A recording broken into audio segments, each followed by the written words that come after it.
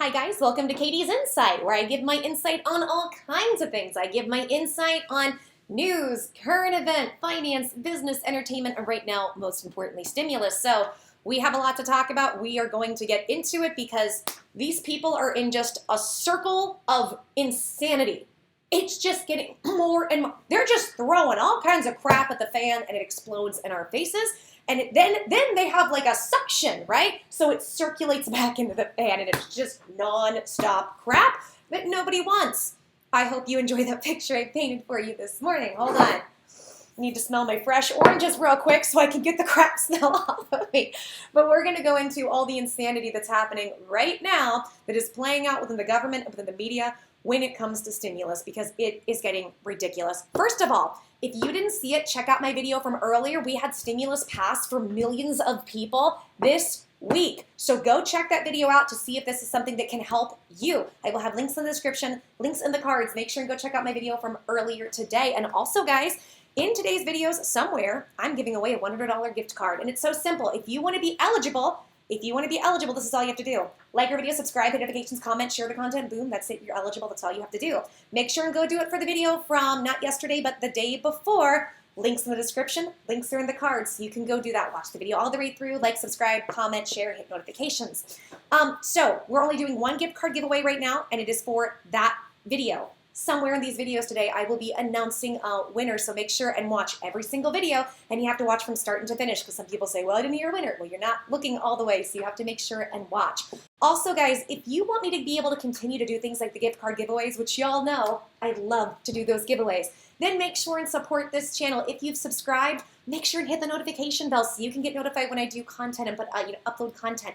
Like the videos, comment as many times as you can. That all helps, and share this content because, as you guys know, on the old channel, I used to do gift card giveaways every video, every single day. I just can't afford to do it right now yet. So I'm just going to be doing some here and there as I build the channel. But help me build the channel. I can give you guys more money. I appreciate you guys so much.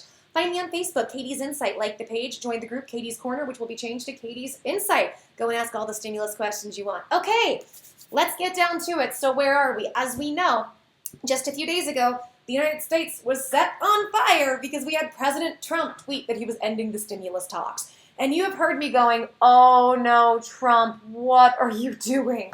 Because I knew what this looks like for the optics of the American people, what this is going to look like in their eyes. And I told you guys before, I had said this in the video where I told you guys, because people were like, they would go, your videos are fake news. This isn't happening. Trump just tweeted. And I said, y'all, slow down, slow your rolls. You've got to be able to read these people. Knowing Trump, this is a negotiation tactic. And boom, that's exactly what it was. I'm just good at reading these people, y'all. And when you really start to analyze them, and it's not that I have some hidden talent or ability. I mean, maybe I'm good at this because I do it more with these people than others. But, if you guys start to really pay attention to what they're saying, what they're not saying, body language, vocal tones, vocal inflections, and watch how they dodge questions, watch how they circle around, you have to learn their personalities, their quirks, right? Their strengths, their weaknesses. You will start to understand how they operate. And I sat there going, with Trump saying he's so pro-stimulus, I know that he's not wanting to cancel the stimulus because it looks like to the American people, cancel the stimulus. And I knew, I'm like, that's not what's happening here. He's trying to push the Democrats to actually make a deal because the Democrats have not wanted to do squat. They parade around and act like they do, but then when they're given every opportunity to, help us with rent until the end of the year, get everybody a $600 a week unemployment stimulus until the end of December, when they are given everything on a silver platter, they say no because they want what they want, which I do understand. However, it's not helping us. It is not helping us. So everybody on all sides of the government drive me nuts. I am not Democrat. I am not Republican. I am anti-big media, and I am so frustrated and fed up with all these people, either sides. I think some characters are better maybe than other characters. Or I should say that like this. Some characters are worse than other characters, but I don't really trust any of these people. I know a lot of people think I'm pro-Trump. I'm not, but I'm also not anti-Trump. With Trump, I know his weaknesses, but a lot of his weaknesses come from being a businessman, which are also his strengths. I don't necessarily see Trump doing the same types of evil as some of these other people. Not that I trust him either, because he's a businessman. I'm not going to trust him too much either, right? So I just kind of want you guys to understand kind of how I look at this. I've said this before and I'll say it again, and I know this sounds like a joke, and it's not, unfortunately. I'm like, I want to pick my president based off of who's least likely to hurt women and children in a way that could affect their lives forever. Please infer what I'm saying, because I can't really talk about it on YouTube. That's how I look at picking a president, and unfortunately, because now there's been a mass awareness of what is going on in the upper echelons of government and Hollywood and people with money when it comes to those sorts of things, more and more people are waking up to what's really, really happening. I've said this before, I'll say it again. Why is the kind, tolerant, loving left? Not you wonderful people that are watching, right? Not referring to you guys. I'm saying the people at the top who act like they're kind, tolerant, loving left. Why is it with all of these people, none of them, nobody in Hollywood, nobody wants to do hashtags for helping children or helping women in situations where maybe they are trapped for their whole lives? Please infer. Please infer. So that's the kind of thing where I go, and that's why I don't trust anybody, right? And it extends to everybody, including Trump. But I also see the strengths of some of these people, and I see the weaknesses of some of these people, and so I just talk about it, basically. But let's go ahead and go in. So everybody lost their minds. I said it was negotiation, literally, and I said he's going to clarify, his people are going to clarify, and they're going to do damage control. Because what you also have to remember about Trump sometimes, I say this with as much respect as I can, he speaks stupidly. I don't care if you like him. He just does. He doesn't explain things great. He kind of comes across with this baby boomer machismo kind of muscling around that a lot of people feel like is bully energy. And I understand, and sometimes he can come across like a bully. Now, 9 times out of 10 with Trump, I see, maybe 8 to 9 times out of 10, I see him when he gets in that bully mode, he's defending himself. But sometimes he does that when he's communicating. And people might go, yeah, but he's talking about the stimulus. But the whole thing is, it's a negotiation tactic with Nancy Pelosi. So it's more of a conversation that we're not fully privy to, that we're not fully seeing the scenes of, that's ongoing when it comes to those two. And trust me, you guys have seen it. Those two take jabs at each other all the time. Pelosi just absolutely hates him, and Trump is angry at her because she and her people led an impeachment against him that seems like it's coming out is BS. Well, we've known it's BS for a while because nothing came of it, but now it's coming out that it was all orchestrated. They knew there was nothing there. It was all about taking attention away from Hillary and her emails back in 2016, that unsecure email server she wasn't supposed to have. It was all about deflection, saying that he colluded with Russia. They $45 million gone that we could be using right now for stimulus checks, right now to get help with our rent. It makes me really mad, but let's go ahead and go into it. So what's happened since then? Well, we are hearing now reports that their talks are still continuing. I told you this wasn't going to stop the talks. In fact, the talks are better than ever. So if Trump was trying to get them to come together and actually do a deal, it looks like what he did is working. Love him, hate him, indifferent, it's working. Now, unfortunately for him, it's given him a bad look before the election, which sucks. And that sucks for him because he's done so many brilliant moves, these chess pieces, to give himself wins in front of the American public and how they perceive things. But in a lot of what he's been doing since he got the virus, he's taken a lot of L's right now. And again, it's not about what's real. It's about how it looks to the American people, right? But let's hope something with stimulus is passed and passed soon. So I want to go ahead, got some info. Let's go ahead and pull this up. So we have, and this is from CNBC, Pelosi and Mnuchin speak about broad stimulus bill as the White House sends mixed signals. Let's take a look. House Speaker Nancy Pelosi and Treasury Secretary Steve Mnuchin spoke Thursday about the prospect of striking a broad virus stimulus deal after President Trump pulled out of talks earlier this week and called for stand-alone bills. Earlier, Pelosi said she would not pass a separate bill to send relief to airlines to cover payroll. As more signs of a faltering economic recovery emerge, the Trump administration and Democrats are running out of time to pass a potential relief bill before the 2020 election. Here we go. House Speaker Nancy Pelosi and Treasury Secretary Steve Mnuchin spoke about a broad virus stimulus plan Thursday, capping another day of jumbled efforts in Washington to inject more aid into a floundering economy. Pelosi and Mnuchin had a 40-minute afternoon phone conversation about whether there is any prospect of an imminent agreement on a comprehensive bill. The Speaker's spokesman, Drew Hamill, said in a tweet. Hamill and Mnuchin made clear Trump had interest in finding agreement on a comprehensive relief package, generally considered one that would address a range of issues including jobless benefits, direct payments, state and local government relief, and aid to airlines to cover payroll costs. Pelosi pointed out comments from White House Communications Director Alyssa Farah, who on Thursday afternoon cast doubt on Trump's desire to craft broad legislation. Farah told reporters the White House wants to address stimulus checks, small business loans, and an airline bailout, but not as part of a larger package. The speaker would take Mnuchin's word that Trump wants a broad proposal, Hamill said. The speaker trusts that the secretary speaks for the president, he wrote. And this is what Drew Hamill had said. The speaker and Secretary Mnuchin spoke at 3 p.m. today for 40 minutes. Their conversation focused on determining whether there is any prospect of an imminent agreement on a comprehensive bill. The secretary made clear the president's interest in reaching such an agreement. The speaker pointed out, unfortunately, the White House communications director contradicted that assertion during the call. The speaker trusts that the secretary speaks for the president. Y'all, so nobody is on the same page. Let me kind of break this down for you. So the White House communications director said one thing, right, about what they want to do. They want a skinny bill. They want to just do standalone. And then when called out on it, when Pelosi called out Mnuchin and they talked about it, they were like, well, Mnuchin is really the one who speaks for the president. So at this point, we kind of have to ignore everybody but Mnuchin, which, as I've been saying, Mnuchin's my boy. I trust him over anybody else in this situation. He apparently is nonpartisan. He doesn't take a side. A lot of people are saying he's a hidden Democrat. But you know what? People say I'm a hidden this and I'm a hidden that all the time. I talk about democratic socialism, that it can be done correctly. If done correctly, it just rarely is. And people lose their minds. And, I'm a crazy Antifa-loving Democrat. No. And then anytime I go to Trump's defense, because the media is 95% negative in a way that you can't even know what he's done wrong because it's all lies, people go, oh, you're a forever Trumper or whatever. And I'm like, okay. So I guess I'm everything and nothing all at once. So I can understand where he's coming from about the fact that he is just in the middle.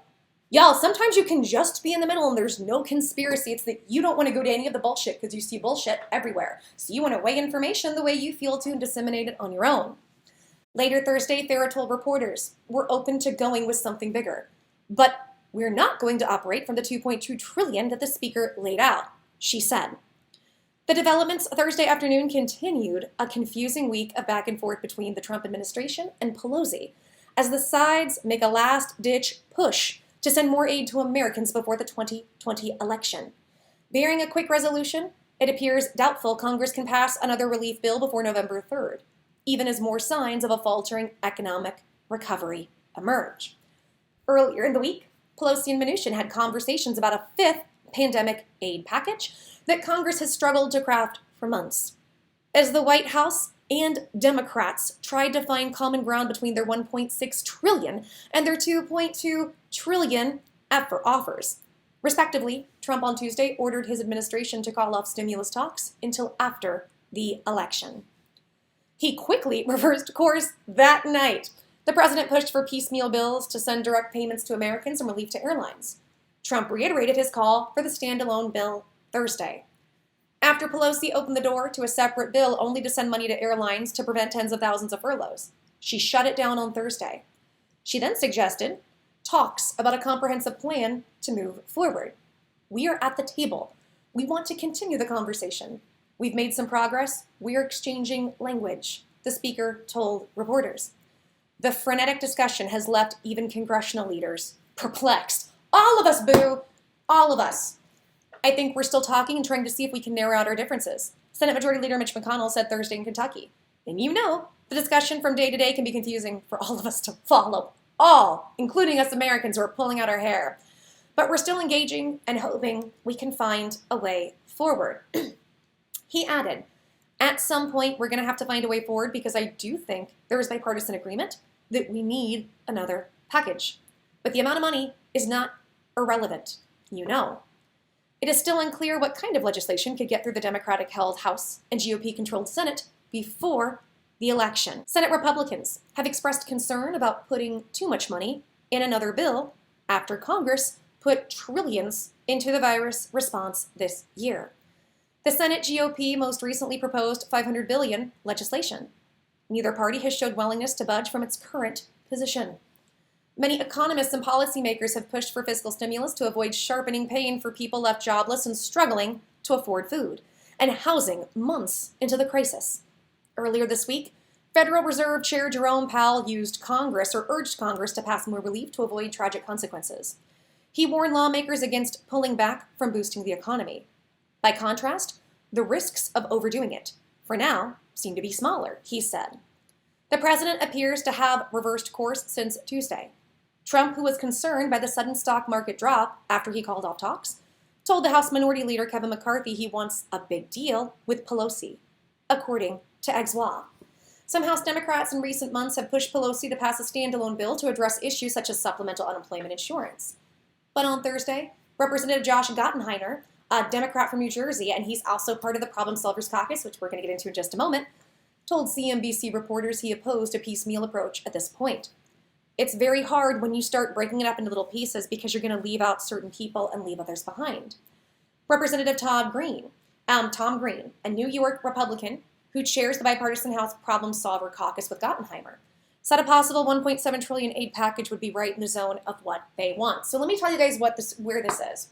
We went from Trump threatening he's going to do his own first, if it was, we're going to do a big bill. Trump threatening to do his own thing, never happens. Then people were putting up, they said, let's do standalone bills. Let's pass something for airlines. And then it's just, we're going to do the big stimulus bill. By the way, this is a matter of a few weeks. Then President Trump says, we're ending everything. Then he comes out, we want a piecemeal. Then it's, we want a standalone. Now, a little bit of information I have, y'all, this is driving me nuts, from CNN. Trump, in total reversal, is telling allies he in fact is interested in a broad stimulus deal. Yet we have people from the White House still saying they only want to do standalone skinnies. And now we have Pelosi saying, I'm going to trust Treasury Secretary Steve Mnuchin, and that he's the one that speaks for the president. Again, it's a circular suction crap show of a fan crap in our faces, just circulating. Just a tornado of crap being created, and we are in the middle. So this is very short. President Donald Trump, in a head-spinning reversal, has told allies he's interested in a large-scale stimulus deal, according to a person with direct knowledge of his comments. You can't make it up. These people, it's just embarrassing. I was going to say it's irresponsible. Of course it's irresponsible. That's not even the word. The word at this point is embarrassing. Beyond irresponsible. I'm embarrassed. The person stressed it's unclear what exactly Trump's vision of a comprehensive deal would entail. And there remains significant hurdles and skepticism when it comes to reaching an agreement through talks that have been largely stuck in the same place for several months. But for Trump, who faced dropping markets and criticism from within his own party for his decision to abruptly end talks earlier this week, it marks another turn in the long-shot negotiations. Treasury Secretary Steve Mnuchin, in call with Speaker Nancy Pelosi on Thursday, said Trump was now interested in coming back to the table on a comprehensive agreement, according to Drew Hamill, Pelosi's deputy chief of staff. But even that was called into question by Pelosi on the call, who noted that another White House official had just earlier Thursday afternoon contradicted that assertion. But Mnuchin assured the California Democrat the president was interested in a comprehensive deal. And Pelosi, on a call with her leadership team later in the afternoon, said she believed the talks were back on, according to a source familiar with the talks. The stakes are, as they've been for months, enormous, you think. The pandemic, which is still surging in parts of the country, has left unemployment significantly elevated, cratered small businesses through the U.S., and presented significant budget shortfalls for states and localities. There have also been significant requests for resources by schools and public health officials to confront the fallout from the virus. The developments marks the completion of a head-spinning 48 hours. You got that right. We're almost done. Trump on Tuesday took to Twitter to call off the stimulus talks entirely, sending markets into a dive. How did he not see that? Unless this was all strategic, right? And it could have been. 8 hours later, he called for a piecemeal legislation to address the economic hardship created by the virus pandemic, something Democrats have repeatedly rejected.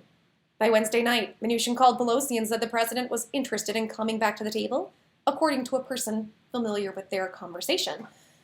Throughout the last few days, the White House officials have said repeatedly that negotiations on a comprehensive deal were over, and the preferred pathway was a series of small-scale bills.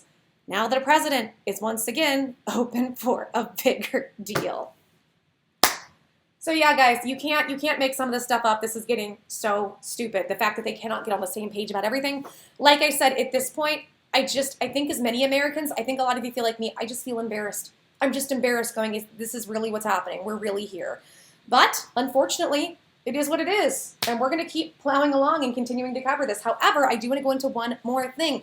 The Problem Solvers Caucus, which if you guys remember, they put out a bill a couple weeks ago that everybody, Trump, Mark Meadows, a lot of people were on board with. It is the Problem Solvers Caucus is bipartisan, so it is people from the left and people from the right in the government that come together that try to get things passed and get things done, which we all know we desperately need all of that, and we need all of that help right now. So here's what happens and here's what they do.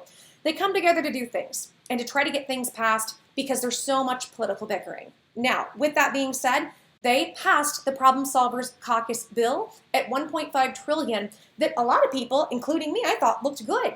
It was one round of stimulus plus automatic stabilizers for possible 2 and 3 more rounds of stimulus checks for us. It had money for unemployment. It had money for the EIDL, which the EIDL, everybody just swept under the rug. That was an embarrassment. Nobody seems to want to talk about, which is so frustrating. But they at least talked about the EIDL and had a provision in there for it, and we haven't heard anything for quite some time about the EIDL. So it's very, very interesting, and they have been speaking up. In fact, I did a video yesterday about them, and now we're going to hear today what they're saying, because for what they are saying, we are this close to a deal. We are now, yesterday it was inches, we're now centimeters away from a deal actually happening. So let me go ahead, let's pull up this interview, and then we're going to discuss at the end what this means. Roll it. COVID relief continues with both sides digging in. President Trump pushing for a standalone airline rescue bill, but House Speaker Pelosi saying there's no standalone aid without a comprehensive package.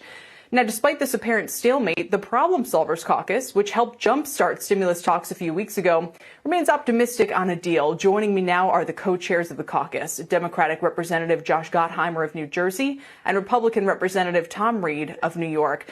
Really appreciate you guys coming together to be here today. I think it's emblematic of your efforts on COVID as well. Congressman Gottheimer, let me start with you. Why no skinny bill on airlines? I think you really need to take, and I agree with the speaker here, a more comprehensive approach. Who are you going to decide to leave out? Are you going to leave out restaurant workers? Are you going to leave out airline workers? What about all the other small businesses? You know, the only way to really get this done, and I think we were really close, so we just got to get everyone back to the table, is to look at this of the same way we've been looking at this. You got to help small businesses. You got to help families get through a tough time. You got to help our small towns and our local governments who are really struggling. So the deal is, there's a deal, but as you know, it's very hard when you start breaking it up into little pieces, because then you're going to leave certain people out and leave others behind. Congressman Reed, is there a dollar figure for you for a combined bill that would be too high? As I understand it, there's some pushback amongst Republicans who face maybe not election this year in the Senate, but in a couple of years, who think, you know, the size of spending, the amount of it could come back to haunt them. Is there kind of a range that you're comfortable with here? Well, you know, as we put in the Problem Solvers Caucus, a bill that was built from the bottom up, what is needed to get us through the foreseeable future into March? And if you do that, the number takes care of itself. And I think, you know, I've heard a number that potentially being discussed of 1.7 trillion. I think that's right in the zone. Our Problem Solvers Caucus bill is at 1.5 trillion dollars. That was based on evidence and data. So I'm letting the evidence and data drive the bill, and I know they're very close. They are so close, and if they would just listen to each other, I think we could get a deal done here for the American people and take care of not just one industry, but millions of Americans, as well as hundreds of thousands of employees that are threatened with layoffs if we do nothing. Congressman Gottheimer, I'm going to ask you a question that sets you up for kind of an easy one here. But I really want to know the answer. How close was a deal before the president's tweet the other day? And how close are we now? Because the analysts that we've been speaking to this week say there's no chance anything gets done now before the election. What would you say? I mean, it's certainly a lot harder than it was a couple days ago, you know, before the president's tweet. And I think, you know, Tom and I aren't in the room, of course, but we're talking a lot to our leadership on both sides and to the White House and to all the parties. And I know they were really, really close. And I really want to thank them for staying in the room and not walking away on the American people, because I think you just got to, as you know, any deal to get done, you got some ups and downs, but you got to stay in the room. Right now, I believe the deal is still there to be had. I don't think there's, you know, if you ask my opinion, we just have to get back to the table. We're trying to help and do anything we can, because the idea that you'd walk away till February, really, till after the next inauguration, and leave all these families and small businesses and communities just leave them out is frankly unconscionable. And the economy can't handle it, and our families can't handle it. Not to mention all the testing that's probably going to need to be done as we head into flu season and as we face some potential spikes of the virus. So, from our perspective, we're not giving up. You stay at the table. We're calling on everyone to get back, and we're going to keep pushing. And I don't look at the Congressman president's. Gottheimer, what about? Sure, go ahead, Congressman Reed. Yeah, I don't look at the president's tweet as devastating as many other people do. I think what he's doing is it's drawing out the last and best offers from both sides in black and white to be put on the table. And maybe that's what needed to be done, because we can't drag this out in perpetuity. It's time to put the best offers forward. And I will tell you, if you do that, it is very close in regards to a deal that can be hatched here. And that means the American people win. So let's just do that, stay in the room, exchange that final paper, work out the legislative text. And I'll tell you, if you do that, I think the daylight will see this deal through to the finish line. But Congressman Reed, what about the fact that the Senate isn't going to be back in person for a couple of weeks? Go ahead. Well, because it's going to take some time to do the legislative process. So, obviously the Senate's going to be in session taking care of the Supreme Court nomination. And what you could envision is that the Senate takes it up, gets it through, and then the House can either do it by unanimous consent, or like we've done in the previous bills, or, as Steny Hoyer said, 24-hour notice is all it takes to get us back there to pass this bill and get it signed into law. So we can get this done. The mechanics of the legislative process, if we have the will and we have the agreement, I know we can get this done for the American people. All right. Well, you guys got those talks restarted just a couple of weeks ago. So maybe giving a little of a glimmer of hope now. Again, appreciate you both joining me today. Thank you so much. Shepard Smith here. Thanks for watching CNBC on YouTube. Here we go. So the Problem Solvers Caucus helped jumpstart talks weeks ago. Josh Gottheimer and Tom Reed, a Democrat and a Republican. And then, as she said, and they're from the Problem Solvers Caucus, obviously, she says, Gottheimer, why no skinny bill for big airlines? And he says, I think you really need to take it, and I agree with the speaker here, a more comprehensive approach. Who do you decide to leave out? Airline workers, restaurant workers, small businesses. The only way to really get this done, and again, I think we are really close, we have to get everyone back to the table. We have to keep looking at small businesses, families, local governments. There is a deal, but as you know, it's hard when you break it up into little pieces because you will leave out some people and leave others behind. Congressman Reed, is there a number or a dollar figure that you think is too high for a combined bill? And he says there's some pushback amongst Republicans for maybe not an election this year in the Senate, but for the next year. The size of spending could come back to haunt them. Is there a range you are comfortable with? And he says, well, in the Problem Solvers Caucus bill, we look at what is needed from now until March, and then it takes care of itself.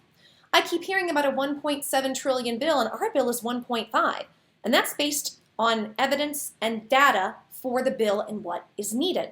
They are so close, and if they could just listen to each other, we could help the American people, and not just one industry, but millions of Americans that are needed help and are threatened with layoffs if we do nothing.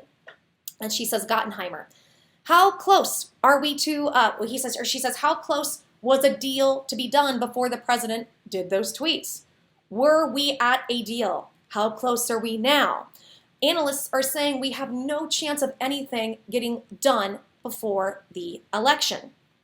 And so he says it's certainly a lot harder than it was a few days ago, before the president's tweets.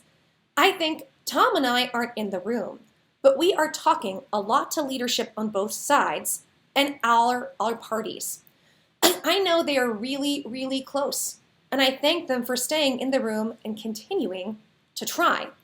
There are ups and downs, but you have to stay in the room and try. I believe there is a deal to be had, in my opinion. We have to get back to the table and do everything we can. Thinking we have to make people wait until February, businesses, people, is unconscionable. Our economy can't handle it, and we need testing for flu season and spikes in the virus. From our perspective, we aren't giving up. We stay at the table. We call for everybody to get back, and we keep pushing. Again, sounds like common sense. That's another thing he brought up, was about cold and flu season. That is coming up. We're going to need money for testing and treatment. Like, that is coming. We are not prepared. We are well into October. What is the date? This is October 9th. We are almost halfway into October. This is fall. Cold and flu season is here, and we don't have anything done. Nothing is done. Outrageous. And then from Reed, I don't look at the president's tweets as devastating, as many people do. It's about him encouraging people to do their best and last offers. And maybe that's what's needed to get done, because this can't be done in perpetuity. Give your best offers, and then we are very close to getting a deal. And that means the American people win. So stay in the room.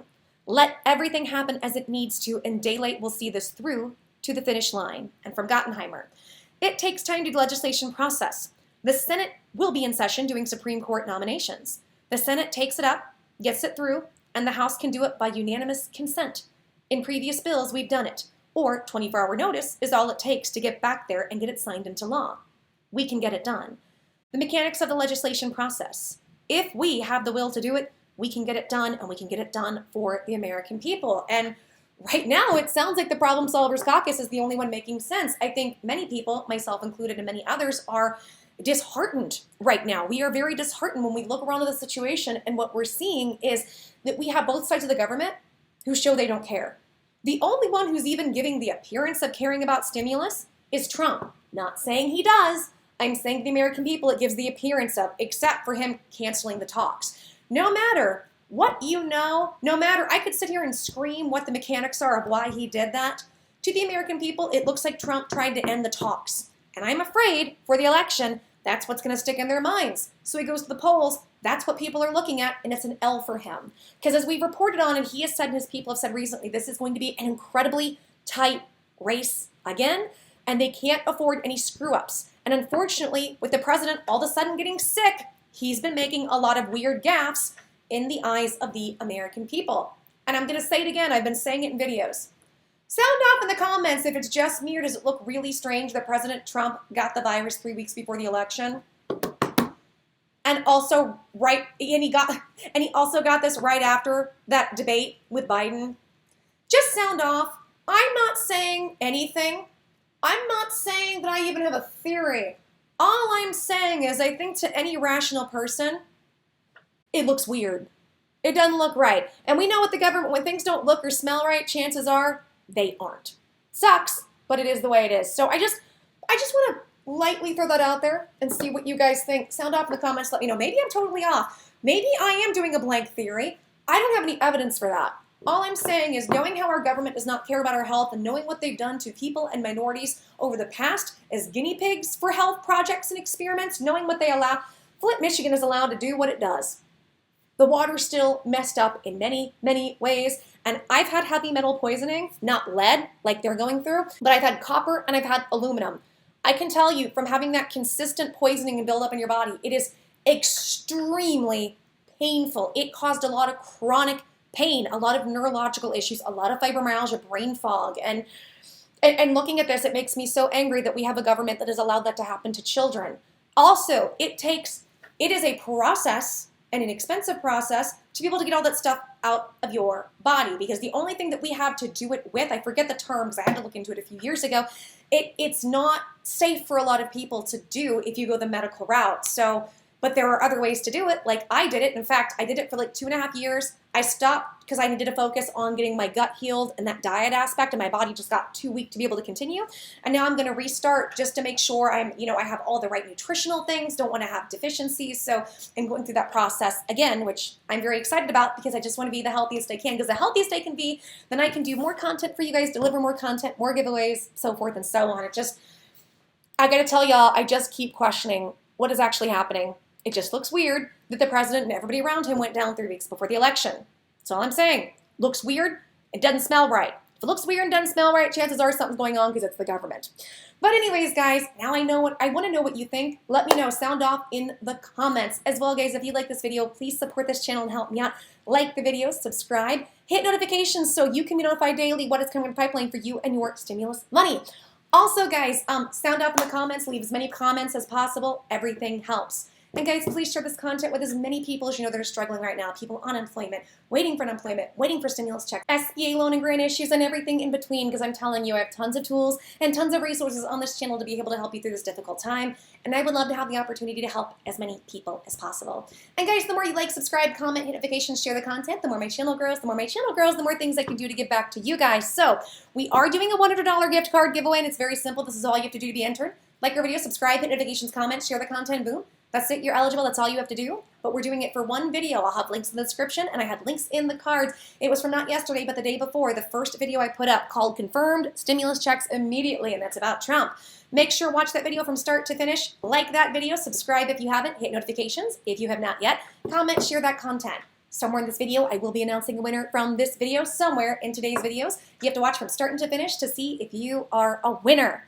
And guys, if you want to find me on Facebook, I'm Katie's Insight. Like the Facebook page, join the group. Katie's Corner will be changed to Katie's Insight soon. Go in there, ask all the stimulus questions you want. We can't wait to help you and see you there. I'm going to end this for here now, guys, but I'm hearing a rumor that it looks like we are one step closer to getting a deal. It looks like President Trump is coming up to $1.8 trillion.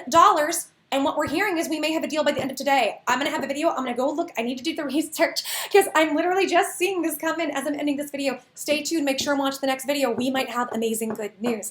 Okay, guys, this is Katie, and thank you so much for listening to my insight and coming to hang out with me. So blessed and so humbled every single day that I am on this channel to be able to do this for you guys and to be able to give you this news and that you've allowed me this opportunity to be in your homes and speak to you all. So much love and support to all of you. Thank you so much. Take care, blessings, and I will see you soon. Bye, guys.